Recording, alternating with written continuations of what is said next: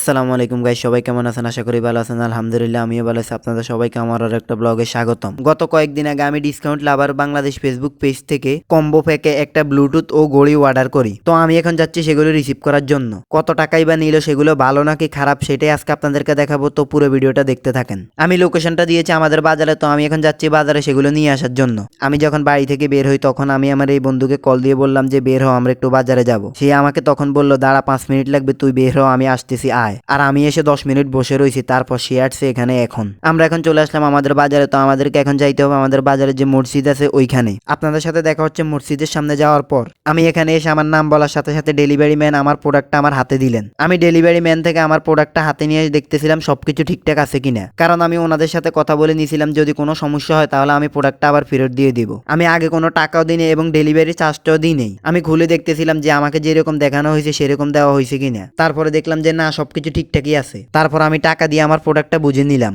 আমি প্রোডাক্টটা হাতে নিয়ে আমার বাড়ির উদ্দেশ্যে রওনা হলাম। আমি বাড়িতে গিয়ে আবার সবকিছু খুলে আপনাদেরকে দেখাবো। যদি দেখতে চান তাহলে পুরো ভিডিওটা দেখতে হবে। আর কত টাকাই বা নিছে সেটাই বলবো সেখানে। আপনাদেরকে তো একটা কথা বলাই হয়নি, আমি যেখান থেকে কম্বো প্যাকে অর্ডার করছিলাম সেইখানে লটারিতে বাইক জেতার সুযোগ আছে। আমাকে যে গড়িটা দেওয়া হয়েছিল গড়িটার মধ্যে একটা কাগজে লেখা ছিল যে আগে গড়িটাকে 2 ঘন্টা চার্জ দিতে হবে, তারপর গড়িটা ওপেন করতে হবে। যার কারণে আমি বাড়িতে এসে গড়িটাকে চার্জ দিয়ে দিলাম। আপনাদের সাথে দেখা হচ্ছে 2 ঘন্টা পর।